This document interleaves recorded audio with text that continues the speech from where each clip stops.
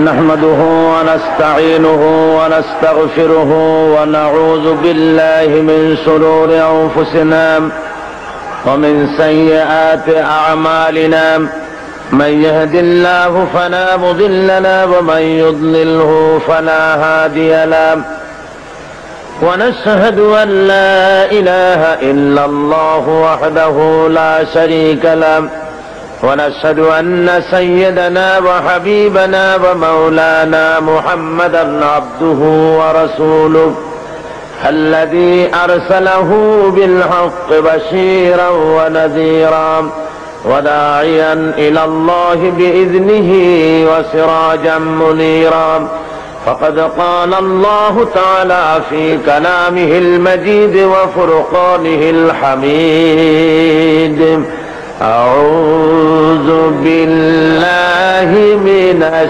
الشيطان الرجيم بسم الله الرحمن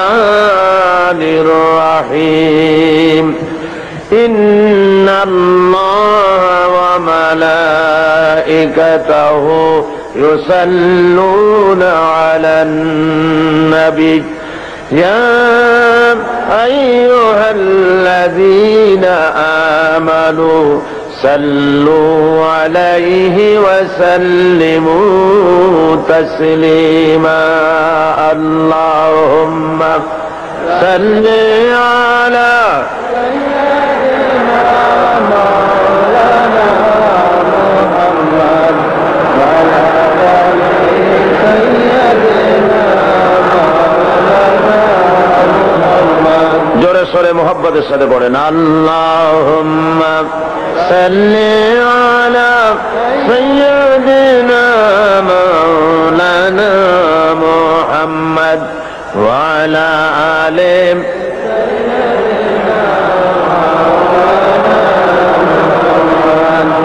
نسیم جانب بطحا گزر کن زحوالم محمد را خبر کن بلغ العلا بکمالہ کشف الدجا بجمالہ حسنت جمیع خصالہ صلو علیہ مجھے کچھ ملے یا نہ ملے محمد ملے یعنی وہ شیء جسے اللہ ملے بلغ العلا بکمالہ کشف الدجا بجمالہ حسنت جمیع خصالہ صلو یہ تیری معراج تھی کہ تو لوح قلم تک پہنچا اور میری معراج ہے کہ میں تیرے قدم تک پہنچا بلغ العلا بکمالہ کشف الدجا بجمالہ حسنت جمیع خصالہ صلو علیہ اللہم آمین ربنا ظلمنا انفسنا وإن لم تغفر لنا وترحمنا لنكونن من الخاسرين رب العالمين চট্টগ্রাম ইসলামী সমাজ কল্যাণ পরিষদ কর্তৃক আয়োজিত 5 দিন ব্যাপী তাফসীরুল কোরআনের মাহফিলের আজকের এই সমাপনী দিবসে লক্ষ লক্ষ মুসলমান নরনারী কয়েকবার দুরুদ সালাম পড়ে তোমার দরবারে হাত তুলেছি মেহেরবানি করে দুরুদ সালাম টুকুন সোনার মদিনায় নবী পাকের রওজা মুবারকে পৌঁছে দাও तमाम পৃথিবীর মাটির নিচে যত মুমিন মুমিনাত শুয়ে আছেন আয় আল্লাহ তাদের আরওয়ার পরে সওয়াব পৌঁছায় দাও রব্বুল আলামিন এই মাহফিলের আয়োজন যারা করেছেন আর শোনার জন্য যারা এসেছেন কিয়ামতের দিন মুসিবতের সময় এই মাহফিল আমাদের সকলের জন্য নাজাতের জরিয়া বানিয়ে দিও আল্লাহ ইয়া রব کرم تو اگر کرے वो बात जुबान को जो दिल पर असर करे। रब्बना तक़ब्बल मिन्ना इन्नका अंतस समीउल अलीम व तुब अलैना इन्नका अंतत तव्वाबुर रहीम। सुब्हान रब्बिका रब्बिल इज्जति अम्मा यसिफून व सलामुन अलल मुरसलीन वल्हम्दुलिल्लाहि रब्बिल आलमीन। मोहतरम जनाब साहिबे सदर, हजरात, उलमाए किराम, सम्मानित सुधी मंडली, उपस्थित आमार दीनदार ईमानदार मुसलमान भाइয়েরা, पर्दार आड़ालेर मा ओ बोनेरा, अस्सलामु आलैकुम व रहमतुल्लाहि व बाराकातुहू। महान माबूद, राजाधिराज, सम्राटेर सम्राट, आकाश ও জমিনের একচ্ছত্র মালিক আল্লাহ রাব্বুল আলামিনের দরবারে অত্যন্ত বিনয় অবনত চিত্তে শ্রদ্ধা জড়িত কণ্ঠে শুকর আদায় করছি যে মহান মাবুদ কোরআনে কারীমের 5 দিন ব্যাপী তাফসীরুল কোরআন মাহফিলের আজকের এই শেষ দিনে আমাদেরকে শরীক হওয়ার তৌফিক দিলেন। স্বতঃস্ফূর্ত কণ্ঠে জোরে সোরে সবাই পড়েন আলহামদুলিল্লাহ। বন্ধুগণ, কোরআনে কারীম থেকে গত 4 দিন আপনাদের সামনে আলোচনা করা হয়েছে, আজকেও আলোচনা করা হবে ইনশাআল্লাহ। মানুষ এমন ভাবে মানুষের জনতার ঢল নেমেছে যে কোনো জায়গা নাই। এখানে স্লিপ এসেছে জনাব অধ্যাপক মুজিবুর রহমান সাহেবের, মফিজুর রহমান সাহেবের কাছে, আমি দেখলাম তাতে বলা হয়েছে এগিয়ে বসার জন্য, কিন্তু আমি তো দেখতে পাচ্ছি কালকে এগিয়ে বলার পর এগিয়ে বসছেন, আজকে তো আপনারা জায়গাগুলি নিজেরাই ভরপুর করে বসেই আছেন। সুতরাং আপনারা যেমনে পারেন, যেখানে পারেন একটু ধৈর্য ধরে আপনারা বসুন, বা যারা দাঁড়িয়ে আছেন দাঁড়িয়ে থাকুন। কি করা যাবে? আল্লাহ রাব্বুল আলামিনের কালাম থেকে যেন আমরা শুনতে পারি এবং আখেরি মুনাজাত করে আল্লাহর কাছে জীবনের আকুতি কাকুতি যেন আল্লাহর কাছে জানাতে পারি। আল্লাহ যেন তৌফিক দেন, সবাই বলুন আমিন। আজকের বরকতপূর্ণ বিশাল মাহফিল থেকে আল্লাহর কোন বান্দাকে যেন শয়তান মুনাজাত থেকে এবং আজকের এই গুরুত্বপূর্ণ আলোচনা থেকে কাউকে যেন মাহরুম করে দিতে না পারে, সেজন্য আবার আপনারা আমার সাথে পড়েন আউযু বিল্লাহি মিনাশ শাইতানির রাজীম বিসমিল্লাহির রাহমানির রাহিম قل إن كنتم تحبون الله فاتبعوني يحببكم الله ويغفر لكم ذنوبكم والله قل أطيعوا الله والرسول فإن تولوا فإن الله لا يحب الكافرين صدق الله العظيم।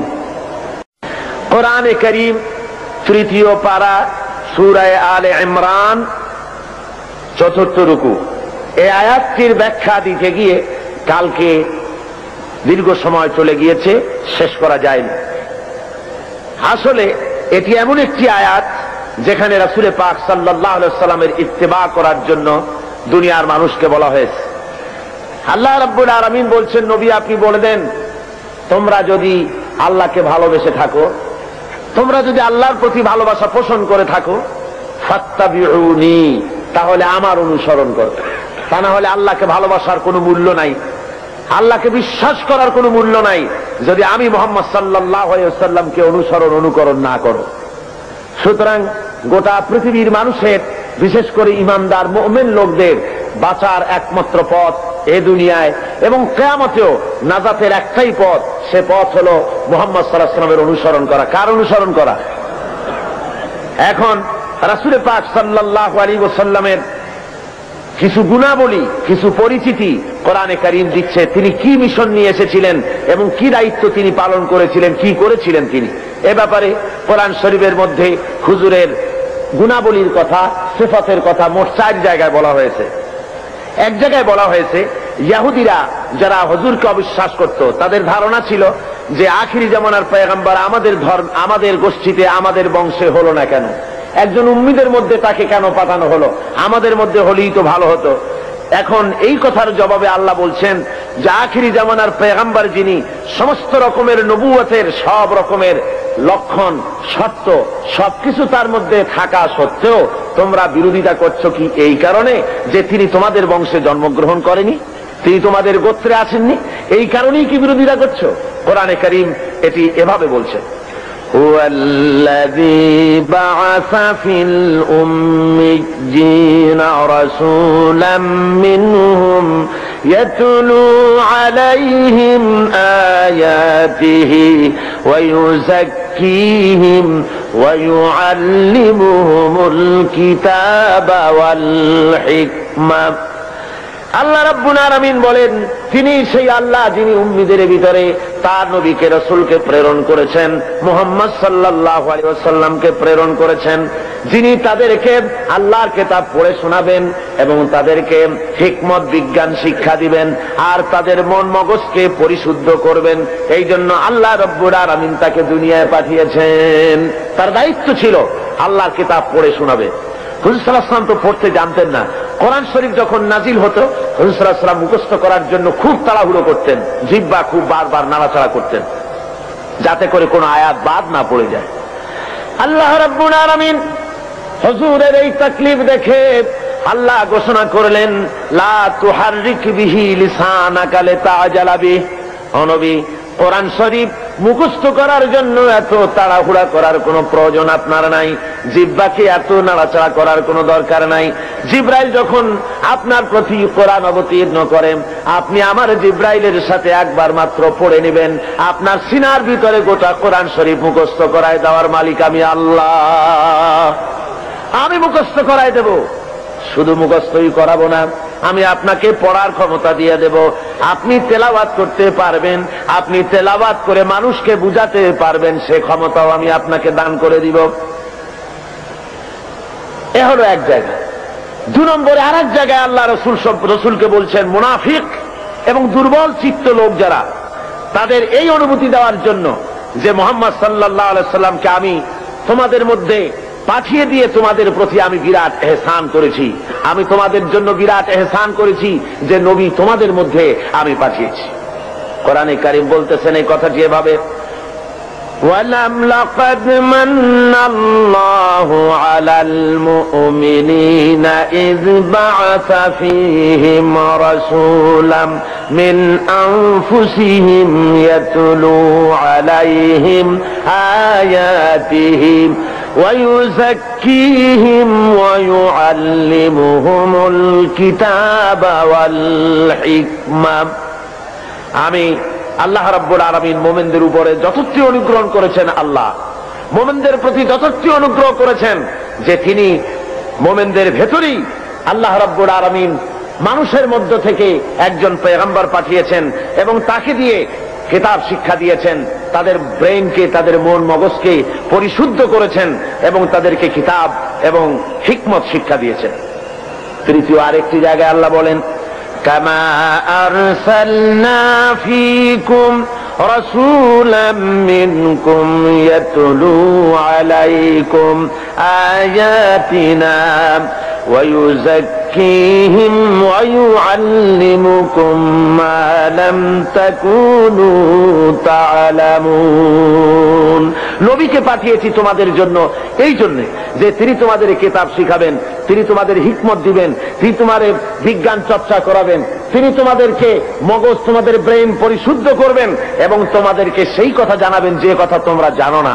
অর্থাৎ তোমাদের কাছে সেই জ্ঞান নাই যেই জ্ঞান দিয়ে এই পৃথিবীর বুকে তোমরা শান্তি লাভ করতে পারবে এই ইহকালীন জীবনে এবং পারকালীন জীবনে, ব্যক্তিতে, পরিবারে ও সমাজে কোথাও তোমরা তোমাদের জীবনের পূর্ণাঙ্গ শান্তি পেতে পারবে না যতক্ষণ পর্যন্ত মুহাম্মদ রাসূলুল্লাহ সাল্লাল্লাহু আলাইহি ওয়াসাল্লামের অনুকরণ তোমরা না করো। ভাইরা আমার, সরওয়ারে কায়নাত সাল্লাল্লাহু আলাইহি ওয়াসাল্লাম তিনি তার নিজের জীবনকে মানুষের সামনে তুলে ধরেছিলেন। তার চরিত্র ছিল কোরআনের চরিত্র। মুহাম্মদ সাল্লাল্লাহু আলাইহি ওয়াসাল্লামের চরিত্র কিসের চরিত্র ছিল বলুন?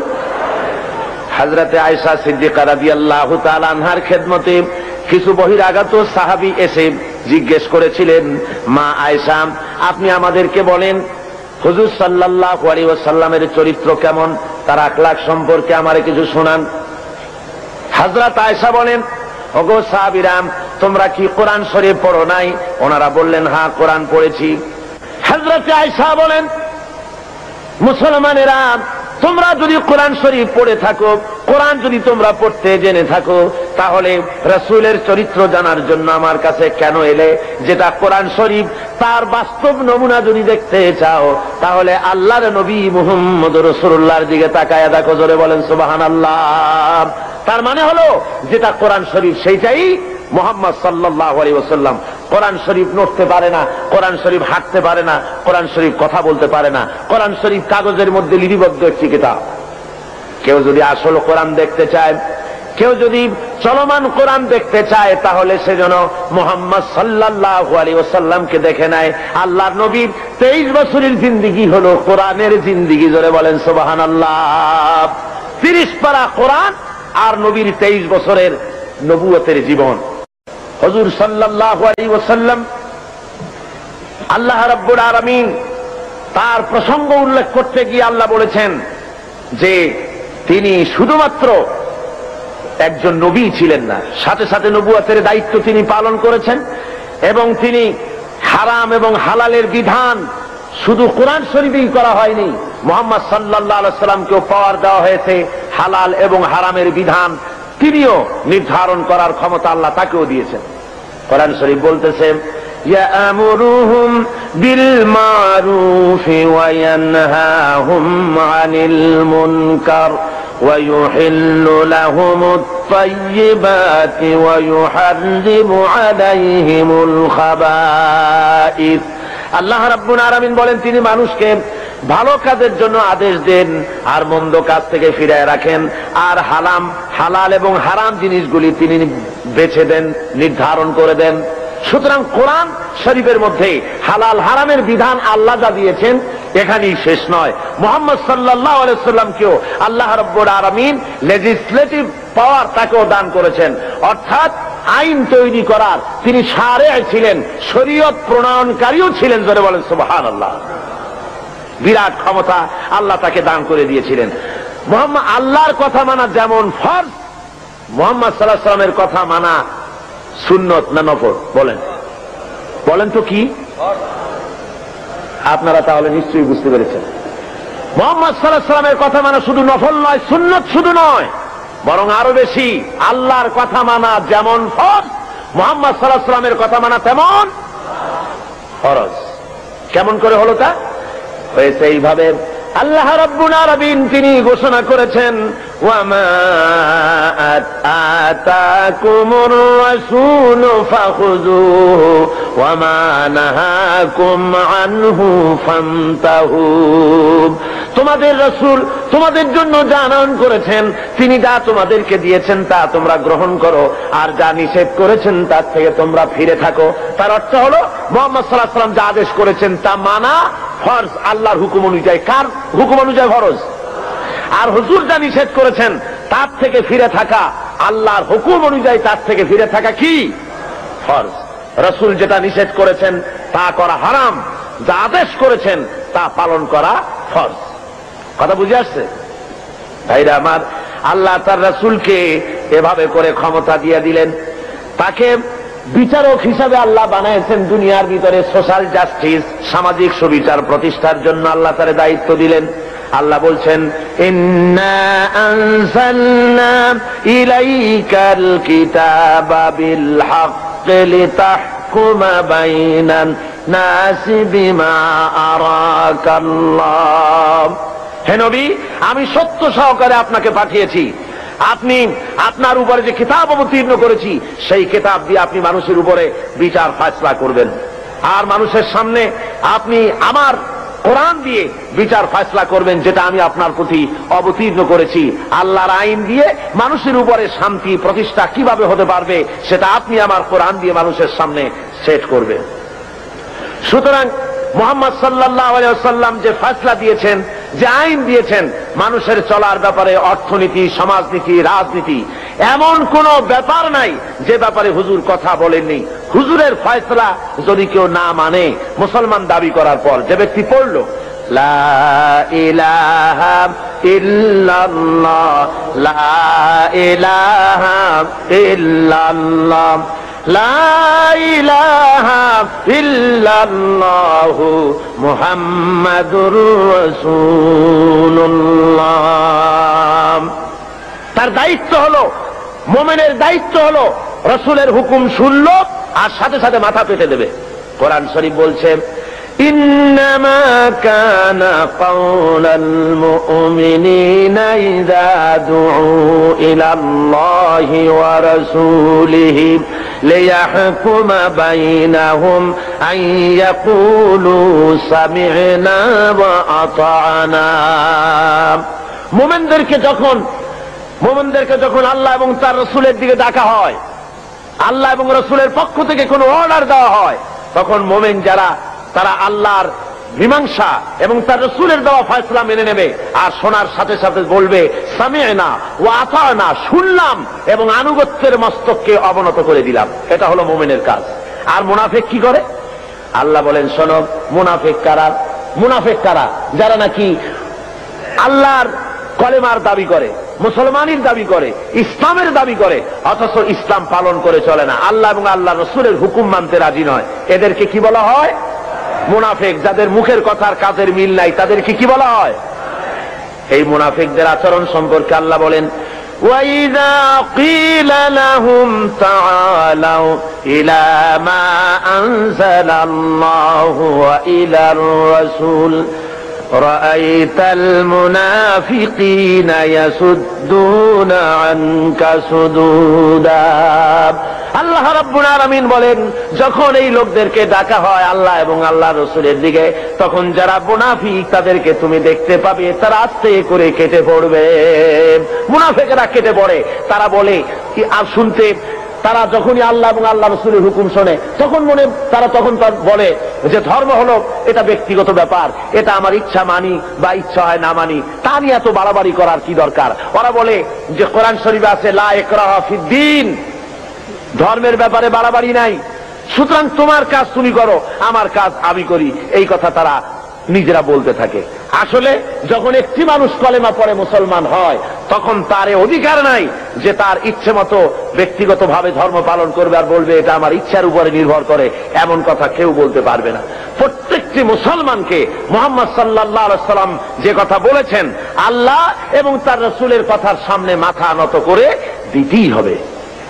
একজন সাহাবী আর একজন ইহুদি রাসূল পাক সাল্লাল্লাহু আলাইহি ওয়াসাল্লামের কাছে এসেছিলেন, এসে ওই ইহুদি মুসলমানের বিরুদ্ধে নালিশ করেছে আল্লাহর নবীর দরবারে। নবীজি সব শুনে ফয়সালা দিলেন ইহুদির সপক্ষে। মুসলমান ব্যক্তি অসন্তুষ্ট হয়ে চলে গেলেন হযরত ওমরের কাছে, গিয়ে বললেন, ভাই ওমর, আমি আপনার কাছে এসেছি একটা বিচারের সানি করার জন্য। তো বলে প্রথমে কার কাছে গিয়েছিলে? গিয়েছিলাম মুহাম্মদ সাল্লাল্লাহু আলাইহি ওয়াসাল্লামের কাছে, ইহুদির সাথে আমার সাথে একটা ব্যাপার নিয়ে ঝগড়া হয়েছে, কিন্তু মুহাম্মদ সাল্লাল্লাহু আলাইহি ওয়াসাল্লাম সেটা শুনিয়া রায় দিলেন ইহুদির পক্ষে, অথচ আমি মুসলমান, আমি নামাজ পড়ি, আমি চাঁদা দেই, আমি জিহাদে যাই, অথচ আমার পক্ষে রায় দেওয়া হলো না। বলুন তো দেখি কেমন কথা? আল্লাহ আপনাকে বড় রাজনৈতিক জ্ঞান দান করেছেন, আপনি আমার এই ফয়সালাটা করে দেন। হযরত ওমর বললেন, আল্লাহর বান্দা অপেক্ষা করো, আমি তোমার ফয়সালা করে দিতেছি।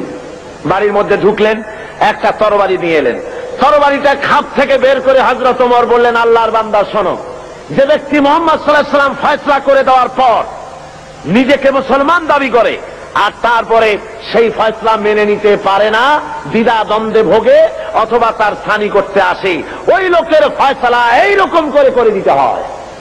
তরবারি দিয়ে আঘাত করলেন, লোকটা দুই টুকরা হয়ে জমিনের উপরে পড়ে গেল। সারা এলাকায় খবর হলো হযরত ওমর মুসলমান হত্যা করেছেন। ভাইরা আমার, আল্লাহ রাব্বুল আলামিন বলে দিলেন, কোরআনে কারীমের আয়াত নাযিল হয়ে গেল, ফালা ওয়া রাব্বিকা লা ইউমিনুনা হাত্তা ইউহাক্কিমুকা ফীমা শাজারা বাইনাহুম সুম্মা লা ইয়াজিদু ফী আনফুসিহিম হারাজাম মিম্মা কাদাইত ওয়া ইউসাল্লিমু তাসলিমা। হে নবী, আপনার আল্লাহর কসম, আপনার রবের কসম, সে ব্যক্তি মুমিন নয়, সে ব্যক্তি মুমিন নয় যে ব্যক্তি আপনি ফয়সালা দেওয়ার পর, আপনি সিদ্ধান্ত দেওয়ার পর ওই সিদ্ধান্ত মেনে নিতে এতটুকু দ্বিধা দ্বন্দ্বে ভোগে, মানতে পারে না, সন্দেহ পোষণ করে, আপনার আল্লাহর কসম সে ব্যক্তি মুমিন না। আল্লাহ রাব্বুল আলামিন জানিয়ে দিলেন, নবী গো আপনি বলে দেন, হযরত ওমর কোন মুসলমান হত্যা করেনি, হযরত ওমর যাকে হত্যা করেছে সে হলো মুনাফিক। আল্লাহ সেই বিচারে খুশি হয়ে গেছেন। কলেমা পড়ার পর, মুসলমান দাবি করার পর আল্লাহর দেওয়া অর্থনীতি, সমাজনীতি, রাজনীতি যারা মানতে রাজি না, ওদেরকে এই জমিনে বসবাস করার কোন অধিকার আল্লাহ দিতে চান না। অর্থাৎ মুনাফিক হওয়া চলবে না। দুটো পথ আছে, হয় কাফের হও, না হয় মুমিন হও, মাঝখানে থাকতে পারবে না, মুনাফিক হতে পারবে না। দুই পথের যে পথে খুশি সে পথে চলে যাও, হয় ইসলামকে বাদ দাও, ইসলাম পছন্দ হয় না, আল্লাহ পছন্দ হয় না, রাসূল পছন্দ হয় না, চলে যাও, বেরিয়ে যাও। আছে না এমন?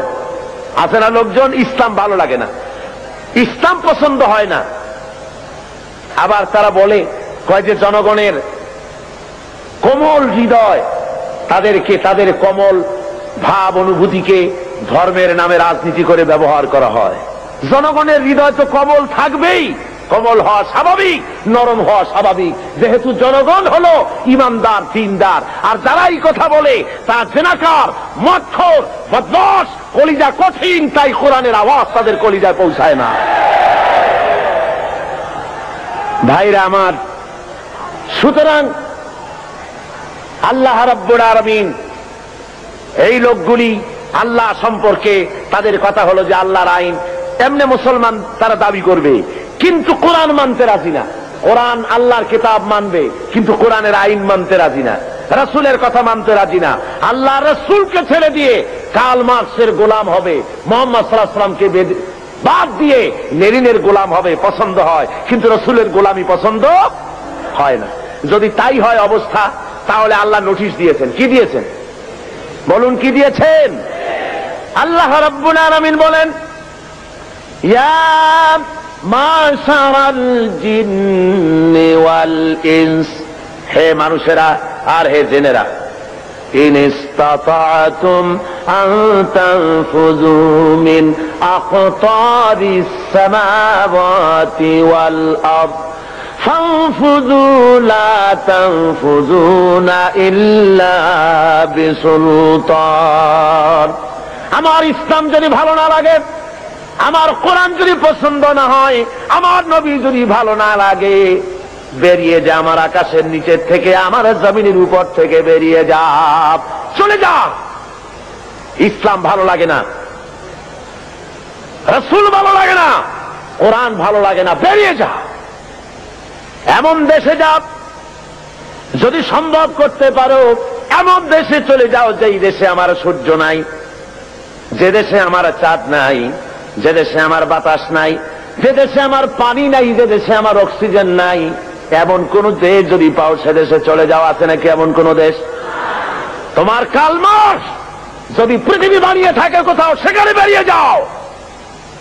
লেনিন যদি কোনো ভূখণ্ড তৈরি করে থাকে, সেখানে চলে যাও।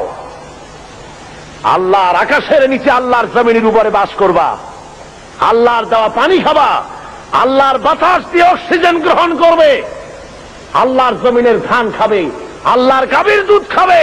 আর কার্ল মার্কসের গোলামি হতে পারে? যদি বলুন পারে।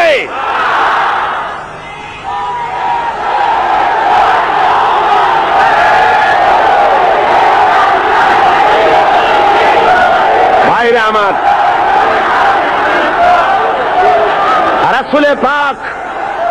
রাসূলে পাক জোরে বলেন সাল্লাল্লাহু আলাইহি ওয়াসাল্লাম স্পষ্টভাবে ঘোষণা করেছেন, লা ইউমিনু আহাদুকুম হাত্তা ইয়াকুনা হাওয়াহু তাবআন লিমা জিতু বিহি।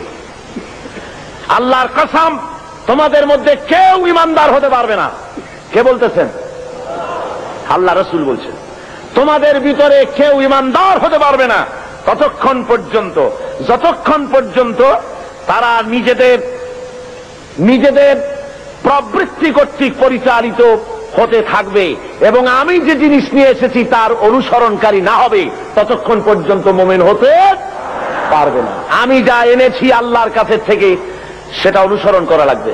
আমি যে অর্থনীতি দিয়েছি, রাসূল যে অর্থনীতি দিয়েছেন, রাসূল যে সমাজনীতি দিয়েছেন, রাসূল যে রাষ্ট্রনীতি দিয়েছেন, রাসূল যে পথ দেখিয়েছেন, এই পথ যদি না মানে, রাসূল বলেছেন কখনো মুমিন হতে পারবে না। কে বলেছেন? আল্লাহর নবী বলেছেন। সুতরাং মুমিন মুসলমান যারা, তাদেরকে আল্লাহর দেওয়া বিধান অনুযায়ী আল্লাহর রাসূলের আনুগত্যের সামনে মাথা নত করে দিতে হবে। কি জন্য দিতে হবে? আল্লাহর হুকুম অনুযায়ী। আল্লাহ রাব্বুল আলামিন বলেন, ওয়া মা আরসালনা মির রাসূলিন ইল্লা লিয়ুতা'a বিইذনিল্লাহ। আমি যে রাসূলই পাঠিয়েছি তাকে আনুগত্য করার জন্যই পাঠিয়েছি, আর তা আল্লাহর হুকুমে। নবীর আনুগত্য করতে হবে, এটা কার হুকুম? বলুন জোরে, কার হুকুম? নবীর আনুগত্য করতে হবে আল্লাহর হুকুমে। আল্লাহ রাব্বুল আলামিন বলছেন, মান ইউতি'র রাসূলা ফাকাদ আতা আল্লাহ। যে ব্যক্তি রাসূলের আনুগত্য করলো সে আল্লাহর আনুগত্য করলো। যে রাসূলের আনুগত্য করলো সে কার আনুগত্য করলো? আল্লাহ রাব্বুল আলামিনের। সুতরাং প্রত্যেকটি মুসলমানকে তার ব্যক্তি, পরিবার, সমাজ ও রাষ্ট্রে জীবনের সকল দিক ও বিভাগে একমাত্র তাকে আইন মেনে চলতে হবে। কার? আল্লাহ এবং তার রাসূল পাক সাল্লাল্লাহু আলাইহি ওয়াসাল্লামের পথ তাকে অনুসরণ করে চলতে হবে। এই জন্য আল্লাহ বলছেন, আতিউল্লাহ ওয়া আতিউর রাসূল। তোমরা আল্লাহর, কুল আতিউল্লাহ ওয়ার রাসূল, আল্লাহ এবং রাসূলের আনুগত্য করো। তোমার জীবনের মুক্তি এই পথে। এই পথ ছাড়া তোমার জীবনের আর কোনো মুক্তি হতে পারে না। আজকে মানুষের জন্য অর্থনৈতিক মুক্তি, লোকেরা মনে করে ইসলাম হলো একটি ধর্ম মাত্র। ইসলাম কি? শুধুমাত্র একটি ধর্ম। এই কথা ছড়ানো হচ্ছে তথাকথিত প্রগতবাদী, নাস্তিক্যবাদীর ধ্বজাধারীরা। তারা চতুর্দিকে ছড়াচ্ছে ইসলাম হলো শুধুমাত্র একটি ধর্ম, এতে আছে শুধু নামাজ, রোজা, হজ, যাকাতের কথা, অর্থনৈতিক কোনো বক্তব্য নাই। সুতরাং ধর্মের দিক থেকে আমরা নামাজ, রোজা ঠিকই করবো আল্লাহর, কিন্তু অর্থনৈতিক মুক্তির জন্য কার্ল মার্কসের কাছে যাওয়া ছাড়া আমাদের কোনো পথ নাই, সমাজতন্ত্র করা ছাড়া কোনো পথ নাই। এই কথা তারা বলে বেড়াচ্ছে এবং আমাদের যুবকদেরকে তারা সর্বনাশ করতেছে। বলুন ঠিক কিনা? আপনারা আমাকে বলেন, এই কোরআন শরীফে আল্লাহ কি অর্থনৈতিক বক্তব্য রাখেন নাই? রাজনৈতিক বক্তব্য নাই? সমাজনীতির বক্তব্য নাই? সব এর মধ্যে ভরা আছে। কিন্তু দুঃখের বিষয়, আমার কলেজ, ইউনিভার্সিটির ছাত্রগুলি যারা ওখানে পড়াশোনা করছে, তার একটি অংশকে আজকে তাদেরকে বিরুদ্ধে নিয়ে নেওয়া হয়েছে। তারা আমার ঘরের ছেলে, অথচ ইসলামকে তারা মুসলমানদের বলে ধর্মান্ধ। মুসলমানদের কি বলে? ধর্মান্ধ। আর ওরা হয়েছে প্রগতিবাদী, প্রগতিশীল। প্রগতি হওয়া যায়, ইসলামরে যত গালি দেওয়া যাবে, রসুলকে গালি দিয়ে যত কবিতা লেখা যাবে, ততই প্রগতিশীল হয়, ততই প্রগতিবাদী হয়। ঠিক কিনা কর? সুতরাং আপনার আমার ছেলেকে যারা ধ্বংস করলো, নষ্ট করলো, ওদের চেনার দরকার আছে না? জোরে বলেন, ওদের চেনার দরকার নাই? কারা আমার ছেলে নষ্ট করলো? আমার ওই ছেলে ইউনিভার্সিটি, কলেজে আজকে যারা লেনিন এবং মার্কসের গোলাম হয়েছে, এই ছেলেগুলি তো আমার ছেলে ছিল, আপনার ছেলে ছিল, আমার ভাইয়ের ছেলে ছিল। এই ছেলেগুলিকে কারা নষ্ট করলো? নষ্ট করেছে ইউনিভার্সিটি এবং কলেজের তথাকথিত এক শ্রেণীর প্রফেসরেরা। সব না, এক শ্রেণীর শিক্ষকরা। কোন শ্রেণী? যেই শ্রেণীর শিক্ষকরা মস্কো থেকে ট্রেনিং পেয়েছে, পেন্টাগনের ট্রেনিং পেয়েছে, পিকিং এর ট্রেনিং পেয়েছে, শান্তিনিকেতন থেকে মগজ ধোলাই করে পাঠিয়ে দেওয়া হয়েছে চট্টগ্রাম ইউনিভার্সিটিতে, পাঠানো হয়েছে রাজশাহী ইউনিভার্সিটিতে, পাঠানো হয়েছে ঢাকা ইউনিভার্সিটিতে। বিভিন্ন ইউনিভার্সিটি থেকে বসে এসব অধ্যাপক, শিক্ষক নামের কলঙ্ক আমার দেশের হাজার হাজার ছেলেকে বেঈমান বানিয়ে দিল। বলুন ঠিক কিনা?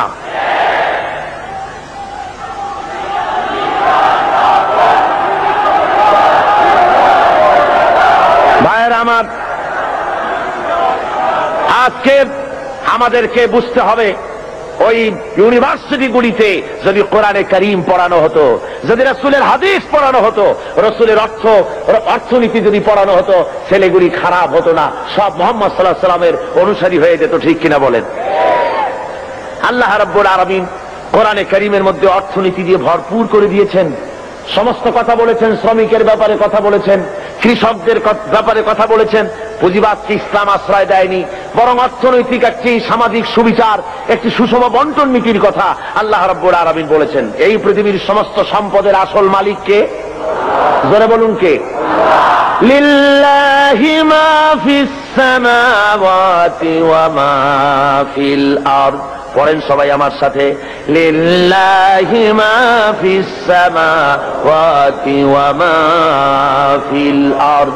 আসমান আর জমিনের সবকিছুর একচ্ছত্র মালিকানা হলো আল্লাহর, কিন্তু আল্লাহ রাব্বুল আলামিন ওই মালিক আল্লাহর সম্পদ থেকে কাউকে কাউকে এর মালিক এর কিছু সময়ের জন্য রক্ষক বানায় দেন, কিছু সময়ের জন্য আমানতদার বানায় দেন। যার কাছে যতটুকু জমি আছে, টাকা আছে, সম্পদ আছে, এগুলি তার কাছে আমানত মাত্র। আল্লাহ কোরআনে কারীমের মধ্যে বলেন, ওয়ানফিকু মিম্মা জাআলাকুম মুস্তাখলাফিনা ফি। আল্লাহ যে সব ধন সম্পদ তোমাদেরকে দান করেছেন, এর প্রতিনিধি বানায়ছেন, তোমরা তার থেকে আল্লাহর রাস্তায় খরচ করো। এর দ্বারা বোঝানো হচ্ছে ধন সম্পদের আসল মালিক আল্লাহ, তোমার কাছে কিছুদিনের জন্য আমানত রাখা হয়েছে।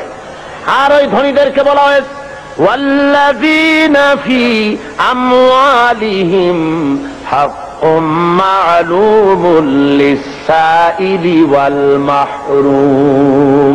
ধনীদের সম্পদের মধ্যে গরিবদের অধিকার আছে। আল্লাহ রাব্বুল আলামিন বলছেন ধনীদেরকে যে গরিবরা তোমার করুণার পাত্র নয়, বরং তোমাদের সম্পদে আছে তাদের অধিকার, সে অধিকার তোমরা আদায় করে দাও। এবারে আল্লাহ রাব্বুল আলামিন এভাবে করে কোরআনের মধ্যে বারবার এই কথা বলেছেন, ওয়ানফিকু মিম্মা রাযাকনাকুম, আমি তোমাদেরকে যে রিজিক দান করেছি তার থেকে তোমরা খরচ করো গরিব জনসাধারণের জন্য। প্রশ্ন উঠলো, হে রাসূল কি খরচ করব? আল্লাহ জবাবটা শিখাই দিলেন, ওয়ায়াসআলুনাকা মাযা ইউনফিকুনা কুলিল আফওয়া। আল্লাহ রাব্বুল আলামিন বলেন, নবী হে, আপনাকে প্রশ্ন করা হয় কি খরচ করব, আপনি বলে দেন প্রয়োজনের অতিরিক্ত জিনিস আল্লাহর রাস্তায় খরচ করে দাও, যেটা তোমার কাজে লাগছে না, তোমার ব্যক্তিগত এবং তোমার পরিবারের জন্য রেখে বাকি জিনিসটা তুমি আল্লাহর রাস্তায় মানুষের জন্য, গরিবদের জন্য খরচ করে দাও। তিরমিজি শরীফের হাদিসের মধ্যে এসেছে, আল্লাহ রাসূল বলেছেন, মানুষের প্রত্যেকটি আদম সন্তানের খাওয়া পড়া, শিক্ষা, চিকিৎসা, বাসস্থান, এই জিনিসগুলির গ্যারান্টি আল্লাহ রাব্বুল আলামিন দিয়ে থাকেন, ইসলামী সরকার দিয়ে থাকে।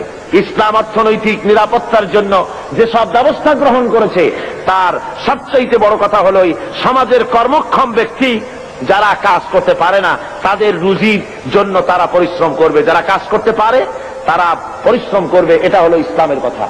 কোরআনে কারীমের মধ্যে সূরা জুমায় একথা বলা হয়েছে, فَإِذَا قُضِيَتِ الصَّلَاةُ فَانتَشِرُوا فِي الْأَرْضِ وَابْتَغُوا مِنْ فَضْلِ اللَّهِ وَاذْكُرُوا اللَّهَ كَثِيرًا لَعَلَّكُمْ تُفْلِحُونَ। আল্লাহ রাব্বুল আলামিন বলেন, নামাজ পড়া যখন হয়ে গেল, ফাইযা কুদিয়াতিস সালাত ফান্তাশিরু ফিল আরদ, নামাজ পড়া যখন হয়ে গেছে, এখন আর ঘুমায় থেকো না, বেরিয়ে যাও, কলে কারখানায়, খেতে খামারে, অফিসে আদালতে কাজ করো। জোরে বলেন সুবহানাল্লাহ। ইসলাম কাজের ট্রেনিং দেয়, বসে থেকো না, নামাজ পড়া হয়েছে, বেরিয়ে যাও। হাদিস শরীফে এসেছে, ইযা সাল্লাইতুমুল ফাজরা ফালা তানুমু আন তালবি আরযাকিকুম, যখন ফজরের নামাজ পড়া হয়ে গেল, ঘুমায়ও না, ফালা তানুমু, ঘুমায়ও না, বেরিয়ে যাও, কল কারখানা, খেতে খামারে, অফিসে আদালতে উৎপাদন বাড়াও, কাজ করো, নিজের জন্য পরিশ্রম করো, অন্যের জন্য পরিশ্রম করো। হুজুর বলেছেন, সেই ব্যক্তির মতো হতভাগ্য আর কেউ নাই যে নিজের জন্য পরিশ্রম করে না, অন্যের জন্য পরিশ্রম করে না, তার মতো হতভাগ্য আর কেউ হতে পারে না। ইসলাম কাজের কথা এভাবে বলেছেন, আর বলেছেন কি, এই কাজটা যখন করবে তখন কিন্তু আমাকে ভুলে যেও না, আমার কথা মনে রেখো। যখন তুমি কাজে বেরোবে, আমার ফাইযা কুদিয়াতিস সালাত ফান্তাশিরু ফিল আরদ ওয়াবতাগু মিন ফাদলিল্লাহ ওয়াযকুরুল্লাহা কাসীরান লাআল্লাকুম তুফলিহুন। যখন তোমরা রুজি তালাশের জন্য বেরোবে তখন আমার জিকির বেশি বেশি করে করবে। কার জিকির? আল্লাহর জিকির। তার মানে এটা নয় যে অফিসে বসে আল্লাহ আল্লাহ করবেন, তারপরে জমিনে গিয়ে আল্লাহ আল্লাহ করবেন মুখে মুখে শুধু, তা না। জিকির মানে স্মরণ। জিকির মানে কি? এর মানে হলো আপনি যখন অফিসে বসবেন, আল্লাহ বলেন এটা তোমার রুজি কামাইয়ের জায়গা, অফিসে বসে যতক্ষণ থাকবে তখন আমাকে স্মরণ করবে। আমি যদি তোমার স্মরণে থাকি তাহলে বাম হাতের ইনকাম করা সম্ভব হবে না। কথা বোঝেন? বাম হাতের ইনকাম এটা আছে নাকি? চিটাগঙ্গে নাই বোধহয়, আছে। ঘুষের টাকা, অবশ্য বাংলাদেশে ঘুষ নাই। বাংলাদেশে ঘুষের প্রচলন আছে নাকি? না না, বাংলাদেশে ঘুষ গেছে বকশিস হইয়া। কয় যে আমার বকশিস দিতে। হযরতে ওমরে ফারুক রাদিয়াল্লাহু তাআলা আনহুর জামানায় যাকাত কালেক্টররা যাকাতের টাকা নিয়ে এসেছে, এসে বলছে হে আমিরুল মুমিনিন, এই নিন, এই টোপলাটা হলো যাকাতে। আচ্ছা ওইটা কি? ওই যে ছোট টোপলাটা? ওইটা হলো আমার হাদিয়া, লোকেরা আমাকে দিয়েছে। হযরত ওমর বলছেন ওটাও জমা দাও। কয় এটা তো আমাদের লোকেরা হাদিয়া দিয়েছে। কয় যাও না, জমা দাও। এরপরে আমি তোমার চাকরি বাদ দিয়ে দিলাম, এখন যাও দেখি তোমার কেটে হাদিয়া দেয়। তার মানে ওইটা দিয়েছে তোমার চাকরির জন্য। সুতরাং ঘুষ খাওয়া হলো হারাম। ঘুষ খাওয়া কি? হারাম। আল্লাহ রাব্বুল আলামিন বলেন যখন তুমি কল কারখানায়, খেতে খামারে, অফিসে যখন বসবে আমার জিকির বেশি করে করবে, আমাকে স্মরণে রাখবে, তাহলে কোন ক্রমে তুমি ঘুষ তোমার বাম হাতের ইনকাম করতে পারবে না। আমার ভয় অন্তঃকরণে তোমার আসবে। এখন যে গভর্নমেন্ট ক্ষমতায় আছেন, এই গভর্নমেন্ট প্রথমে যখন ক্ষমতায় আসেন, এসেই তারা আসবার আগেই ঘোষণা করেছিলেন যে দুর্নীতির বিরুদ্ধে আমরা জিহাদ ঘোষণা করেছি, দুর্নীতির বিরুদ্ধে। এই ঘোষণার পর তারা ক্ষমতায় এলেন। এর কদিন পরেই আমার মাহফিল ছিল বাইতুল মোকাররমে। তো ঘোষক সেখানে উপস্থিত, বোঝেন তো কে? তো আমি সেখানে বললাম মোনাজাতের মধ্যে যে আল্লাহ, যারা আজকে দুর্নীতির বিরুদ্ধে জিহাদ ঘোষণা করে ময়দানে এলেন, এরাই যেন কিয়ামতের দিন দুর্নীতির দায়ে আসামি হয়ে তোমার কাঠগড়ায় না দাঁড়ায়। আবার আজকে দেখা গেল সমাজের অবস্থা, যারা দুর্নীতির বিরুদ্ধে জিহাদ ঘোষণা করে এলেন, দুর্নীতি মনে হয় কোন সমাজের এমন কোন একটি রন্ধ্র নাই যেখানে দুর্নীতি আজ না ঢুকেছে। কি কোন ঠিক কিনা? সমাজের পরতে পরতে, সর্বস্তরে, রন্ধ্রে রন্ধ্রে ঘুষ, অনাচার, ব্যভিচার ঢুকে গিয়েছে। এই জন্য আল্লাহ বলছেন আমি যদি স্মরণে থাকি তাহলে এই অন্যায় অবিচার করা তোমার পক্ষে সম্ভব হবে না। আল্লাহ রাব্বুল আলামিন এরপরে যারা কাজ করতে পারেন তাদের কি, যারা কাজ করতে পারে না, উপার্জনে অক্ষম যারা, তাদের জন্য আল্লাহ রাব্বুল আলামিনের রাসূল পাক সাল্লাল্লাহু আলাইহি ওয়াসাল্লাম বলেছেন যে যারা কাজ করতে পারে, তারা কর্ম কাজে যারা শক্তি নাই, তাদের প্রয়োজন তারা মিটিয়ে দেবে। ওয়ায়াকফুলু গানিয়ুহুম ফাকিরাহুম, তাদের সমাজের ধনীরা তারা গরিবদের খাবারের বন্দোবস্ত করবে, তাদের অভাব অভিযোগ প্রয়োজনকে মিটিয়ে দেবে। আল্লাহ রাব্বুল আলামিনের নবী বলেন সেই ব্যক্তি মুমিন নয়, সেই ব্যক্তি মুমিন নয়। তিনবার বললেন। সাহাবায়ে কেরাম জিজ্ঞেস করলেন ইয়া রাসূলুল্লাহ, কোন ব্যক্তি মুমিন নয়? হুজুর বলেন যে ব্যক্তি পেট পুরে আহার করার পর ঘুমায় গেল, এই কথা জানার পরে যে তার প্রতিবেশী না খেয়ে আছে, এই কথা জানার পরে যে ঘুমায় গেল, আল্লাহ নবী বলেন সে যত নামাজি আর যাই কিছু হোক না কেন, আল্লাহর কাছে সে মুমিন বলে চিহ্নিত হতে পারবে না। এর চাইতে উন্নত মানের কথা এই পৃথিবীতে আর কেউ বলতে পেরেছে? বলুন, কি বলেন? আর কেউ বলতে পেরেছে? আর কেউ বলতে পারেনি। রাসূল পাক সাল্লাল্লাহু আলাইহি ওয়াসাল্লাম বলেছেন আইয়ু রাজুলিন মাতা জিয়ান বাইনা আগনিয়া ফাকাদ বারিয়াত মিনহুম জিম্মাতুল্লাহি ওয়া রাসূলি। আল্লাহর নবী বলেন কোন ধনাঢ্য এলাকার ভিতরে কোন গরিব মানুষ যদি মারা যায়, কোন মানুষ যদি না খেয়ে মারা যায় কোন ধনাঢ্য এলাকার ভিতরে, তাহলে ওই এলাকার ধনী ব্যক্তিদের সঙ্গে আল্লাহর সাথে এবং তার রাসূলের সাথে কোনো সম্পর্ক থাকবে না, সমস্ত সম্পর্ক বিচ্ছিন্ন হয়ে যাবে। জোরে বলেন নাউযুবিল্লাহ। কোন ধনীদের এলাকায় যদি গরিব না খাইয়া মরে যায়, তাহলে ওই এলাকার ধনীদের সাথে আল্লাহর কোনো সম্পর্ক বাকি থাকবে না। রাসূল পাক সাল্লাল্লাহু আলাইহি ওয়াসাল্লাম একথা স্পষ্ট করে বলেছেন। তাই তো আমরা দেখেছি মুহাম্মদ সাল্লাল্লাহু আলাইহি ওয়াসাল্লাম যখন ক্ষমতায় ছিলেন, হুজুর বলেছেন, অর্থাৎ রাষ্ট্রীয় ক্ষমতায়, হুজুর বলেছেন খায়রুল কুরুনে কারনি, সর্বশ্রেষ্ঠ যুগ হলো আমার যুগ। জোরে কোন সুবহানাল্লাহ। মানুষ দরজা খুলে ঘুমাবার সুযোগ পেয়েছে, না খেয়ে কেউ মরে নাই। আজকে তো লোকেরা মঞ্চের উপরে দাঁড়ায়, ইলেকশন আসলে পরে কত কায়দার লম্বা জামা গায়ে দেয়, দেখেন না? খদ্দরের জামা একেবারে আমাদের চাইতেও লম্বা জামা, দুই কোনাটা খুব বেশি করে লম্বা, কানাটা ফাড়া। এরপরে মঞ্চে এসে সুন্দর করে বলে, এবার যদি একবার চাইতে পারি ক্ষমতায়, না খাইয়া কেউ মরবে না। কিন্তু কি খাইয়া যে মরবে তাও তারা বলে না। ভাইরা আমার, মানুষেরা বুঝতে পারে না, আর এদের পেছনে দৌড়াতে থাকে। রাসূল পাক সাল্লাল্লাহু আলাইহি ওয়াসাল্লাম ইসলামী বিধানের মাধ্যমে মানুষের খাওয়া পড়ার, শিক্ষা, চিকিৎসা, বাসস্থানের গ্যারান্টি দিয়েছিলেন। রাসূল দুনিয়া থেকে বিদায় হলেন, হযরতে আবু বকর, হযরতে ওমর, হযরতে ওসমান, হযরতে আলী রিদওয়ানুল্লাহ তাআলা আলাইহিম আজমাইন দুনিয়ার বুকে শাসন করেছেন, পৃথিবীকে দেখায়েছেন রাষ্ট্র কেমনে চালায়। নিজেরা না খেয়ে জনগণকে খাবারের বন্দোবস্ত করেছেন। হযরত ওমরে ফারুক রাদিয়াল্লাহু তাআলা আনহু তো রাতের আধারে ঘুরে ঘুরে বেড়াতেন, কে খেয়েছে, কে না খেয়ে আছে, কার বাড়ি অসুখ, কার বাড়ি ভালো, কি অবস্থা, এগুলি রাসূল পাক সাল্লাল্লাহু আলাইহি ওয়াসাল্লামের সাহাবী হযরত ওমর দেখতেন। মানুষের চাপ আর কিছু না। আমি আর ওদিকে লক্ষ্য করবেন না, এদিকে লক্ষ্য করেন। আমি তো আপনাদের নিয়ে জিহাদের ময়দানে যাব। কোথায় যাব? তো এই রকমের একটা আওয়াজ শুনে, যদি মানুষের চিল্লানি আওয়াজ শুনে যদি ওদিক ফিরে তাকান, তাহলে আপনাদের নিয়ে জিহাদের ময়দানে যাওয়া যাবে? কি বলেন? সাহসী হতে হবে, দুর্জয় সাহসী হতে হবে। এখানে আর কিচ্ছু নাই, মানুষের বসা ছাড়া আর কোনো কিছু হওয়া সম্ভব নয়, যেহেতু এটা কোরআনের মাহফিল। কিসের মাহফিল? জোরে বলেন, কিসের মাহফিল? সুতরাং লোকেরা বসতে জায়গা পাচ্ছে না বলে প্রচন্ড ভিড়ে মানুষের অসুবিধা হচ্ছে, আর কিছুই না। আপনারা লক্ষ্য করুন, হযরত ওমরে ফারুক রাদিয়াল্লাহু তাআলা আনহু রাষ্ট্রপ্রধান, আর রাসূল এমন রাষ্ট্রপ্রধান বানিয়েছিলেন, একদিকে রাষ্ট্রের প্রধান আর একদিকে মসজিদের ইমাম। জোরে বলেন সুবহানাল্লাহ। রাষ্ট্রপ্রধান যিনি হবেন, সেই এলাকার সবচাইতে বড় মসজিদে ইমামতিও তাকে করতে হবে, সে যোগ্যতা থাকা লাগবে। আমাদের দেশে রাষ্ট্রপ্রধান যত আসছেন, যদি শোনা যায় যে উনি আজকে বাইতুল মুকাররমে ইমামতি করবেন, মুসল্লি পাওয়া যাবে একটাও?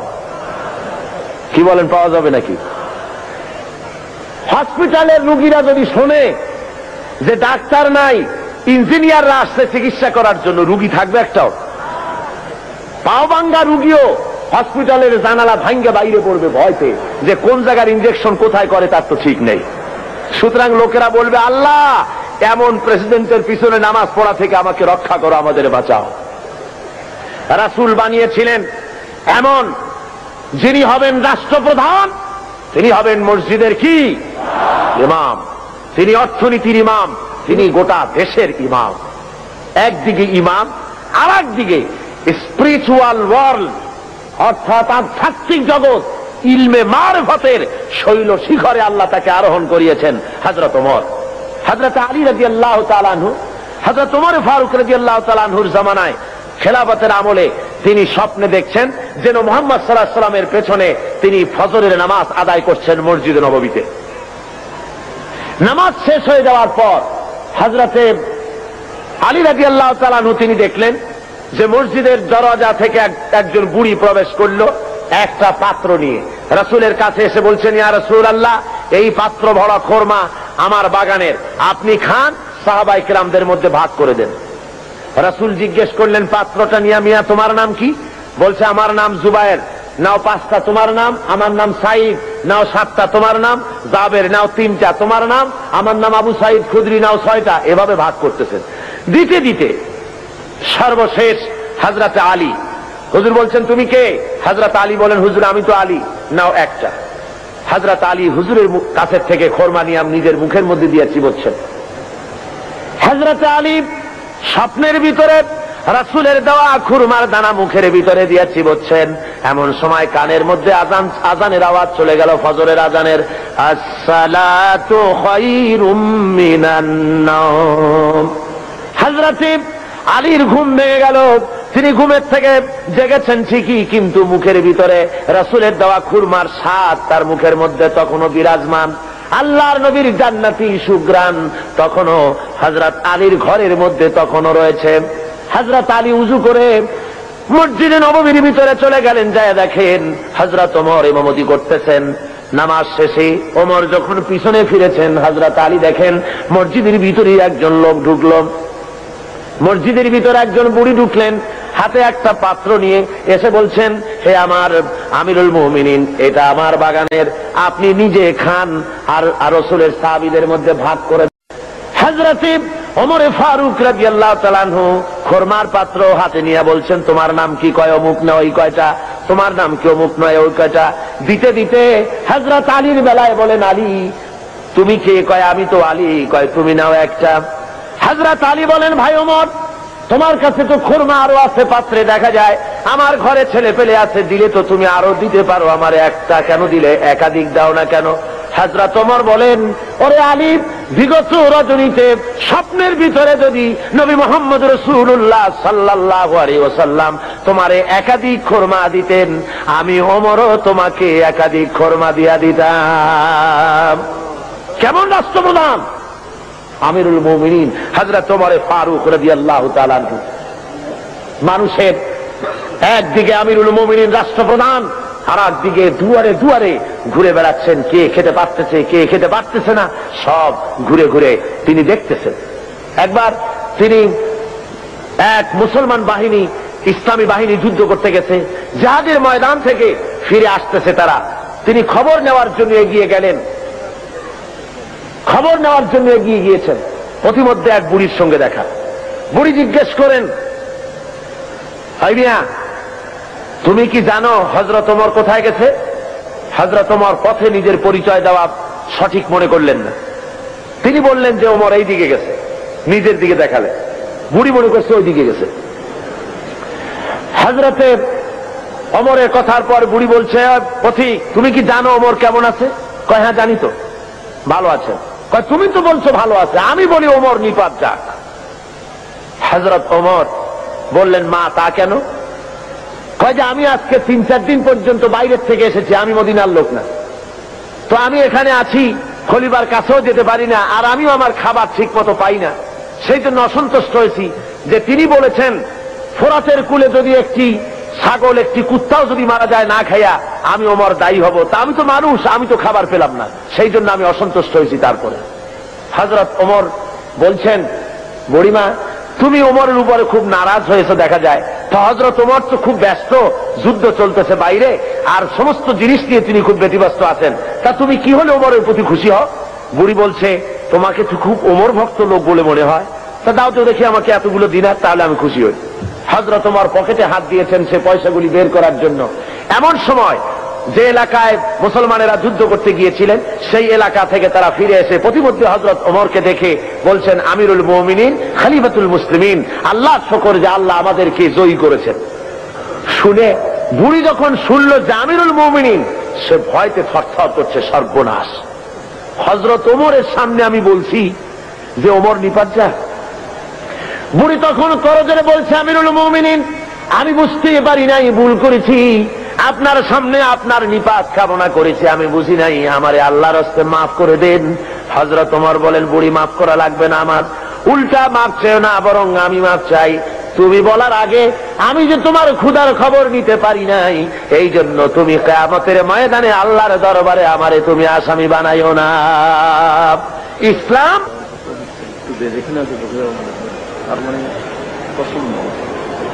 বন্ধুগণ, মানুষের প্রচন্ড ভিড়ে মানুষ মারা যাবার উপক্রম হচ্ছে কোন কোন আশেপাশে। তো আমি যদি আপনাদের বলি একটু চাপতে, আপনারা কি পারবেন? আমিও জানি আপনারা পারবেন, কিন্তু দাঁড়াবেন না, কেউ কেউ দাঁড়াবেন না, দাঁড়াবার কোনো পারমিশন নাই, বেয়াদবি করবেন না। বসা অবস্থায় একটু এগোন তো, বসা অবস্থায় চতুর্দিক থেকে কেউ কোন মুসলমান দাঁড়াবে না। বসা অবস্থায় একটু চেপে আসেন আর একটু মহব্বতের সাথে জিকির করেন, লা ইলাহা ইল্লাল্লাহ, খুব জোরে করেন, লা ইলাহা ইল্লাল্লাহ,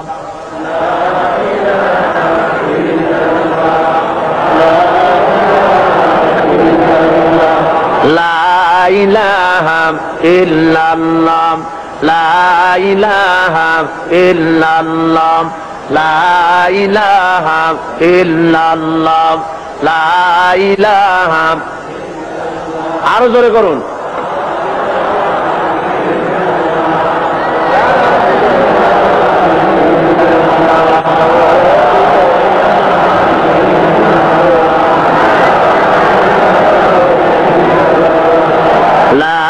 ইলাহা ইল্লাল্লাহ লা ইলাহা লা ইলাহা ইল্লাল্লাহু মুহাম্মাদুর রাসূলুল্লাহ। ভাইরা আমার, ইসলাম যাকাতের মাধ্যমে এবং পারস্পরিক দানের মাধ্যমে মানুষের দরিদ্রতা দূর করার ব্যবস্থা করেছে। হযরত ওমর ইবনে আব্দুল আজিজ রাহমাতুল্লাহ আলাইহির যুগে বাজারে বাজারে শহরাত করা হতো, যাকাত কে নেবে, যাকাত কে নেবে, একটা লোকও যাকাত নেব আমি, এইরকম লোক পাওয়া যায় নাই। জোরে কোন সুবহানাল্লাহ, লোক পাওয়া যায় না। হযরত ওমর ইবনে আব্দুল আজিজ রাহমাতুল্লাহ আলাইহির জামানায় একটা লোক অনেকগুলি যাকাতের সদকার টাকা নিয়ে ঘুরতেছেন, কারে দেবে গরিব তালাশ করতেছে। তালাশ করতে করতে 3 দিন হয়ে গেছে, পায়নি। শেষ পর্যন্ত মরুদ্যানের ভেতরে বসে ঝিমোচ্ছে। এমন সময় দেখে যে আর একটা লোক সেখানে আসছে, গায়ের জামা কাপড় ময়লা, বিরাট একটা গাচ্ছি। তারে বলছে, আসসালামু আলাইকুম ভাই, আল্লাহ মেহেরবানি আপনারে পাইয়া গেছি, আমি আজকে 3 দিন পর্যন্ত সদকার টাকা নিয়ে ঘুরতেছি, কারে দেবো কোনো লোক পাই না, আপনার মতো একটা গরিব লোক পাইয়া গেছি, আপনি দয়া করে আমার টাকাগুলি নিয়ে আমারে বাঁচা। ওই লোকটা বলছে, মিয়া তোমার মাথায় স্ক্রু ঢিলা টিলা নাকি? তুমি কি মনে করছো আমার ওই টোপলার মধ্যে ছেঁড়া খাতা? আমার টোপলার তোমার ওর মধ্যে কয় টাকা? কয় যে এত। তা আমারটা গুলিয়ে দেখো, তোমারটা চাইতে অনেক বেশি। তুমি ঘুরছো 3 দিন, আমি ঘুরেছি 1 সপ্তাহ।